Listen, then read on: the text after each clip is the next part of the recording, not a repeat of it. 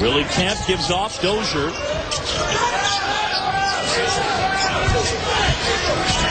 Taggart kicks out, and Kemp way off the mark. They're only 24% from 3 to start the season. But every time they needed somebody to step up and shoot the threes, Daniel Mack hit 5 threes in that first game, and then Willie Kemp came off the bench and was able to knock down some perimeter jump shots. Love with a jumper, Jason Love, the junior from Philadelphia. Well, he really usually helps you in the paint, so that's not a common occurrence, but he'll take it. Ooh. Found the floor. They get Derek Brown. And the first on Brown. You know what's interesting, guys? I asked our stat people here at the tournament to compile all 8 teams' cumulative three-point shooting so far early in the year. And right now it's under 31%. So those people that said the arc was not going to be much of a factor, I agree with what you said in the first game, John. Coaches are going to really have to coach shot selection on that. That was Seth Greenberg saying it's going to go from a democracy to a dictatorship, and you determine who's got the green light, who's got the yellow light, and who's got the red light. And I am definitely the red light amongst this group.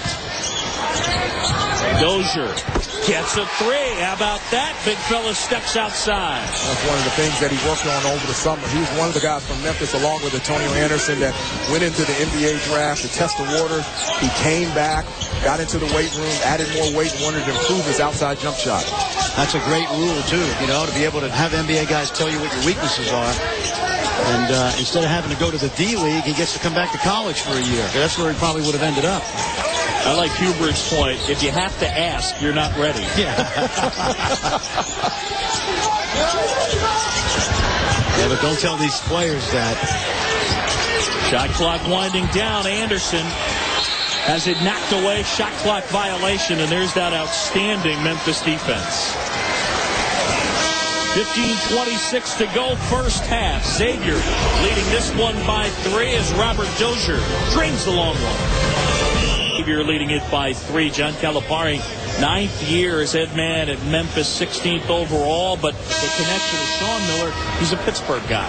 Well, it goes even beyond that, as you know, John, because Sean Miller's family and the Caliparis, very close. John Calipari spent many a summer up at the Miller house, the grandmother, and John recruited Sean Miller to go to Pittsburgh back in 1987. They're as close as brothers, and there you see John Miller, who John Calipari used to play for in the summertime. So John Miller, an outstanding coach at Black Hawk High School, Coach Dante Calabria. He went and played at North Carolina. I know Hubert likes that. But he's one of the legends in high school coaching, and those two families go way back. Evans has it swatted away. Fight for the loose ball. Look at these two teams get after it.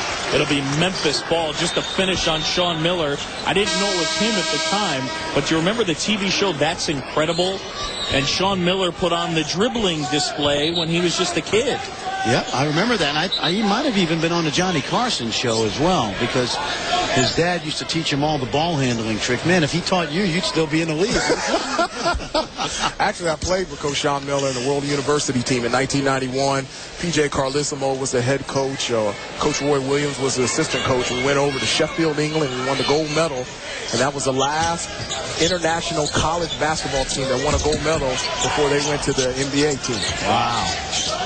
That's good stuff. You didn't tell me that before the game. You were holding out on it. I was holding out on it. I pulled that one out of my pocket.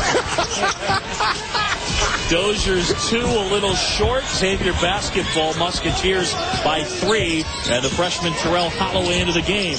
Exploding to the goal, and he's fouled. He'll go to the line where he's knocked down a lot of big shots so far in Puerto Rico. Well, how about the fact that, yeah, absolutely. Take a look at how he gets into the lane, watch the body contact, and still hangs in the air, able to shoot those 2 free throws. By the way, we mentioned that Missouri win 10 for 10 from the line in that game against Missouri. Well, you look at Xavier, and the #1 question mark is, how are they going to replace Drew Lavin at the point guard position? That Missouri game, when I was watching, what I was really impressed by this freshman was he wanted the ball towards the end of the game. He was a guy that said, everybody clear out, give me the basketball, let's get into a set, and let's make a play. And to have that type of the definitive move from a freshman in a big-time situation against a very talented Missouri team, I thought was really impressive. You know what I like about that, too, is Sean Miller, who, as you know, was a terrific point guard.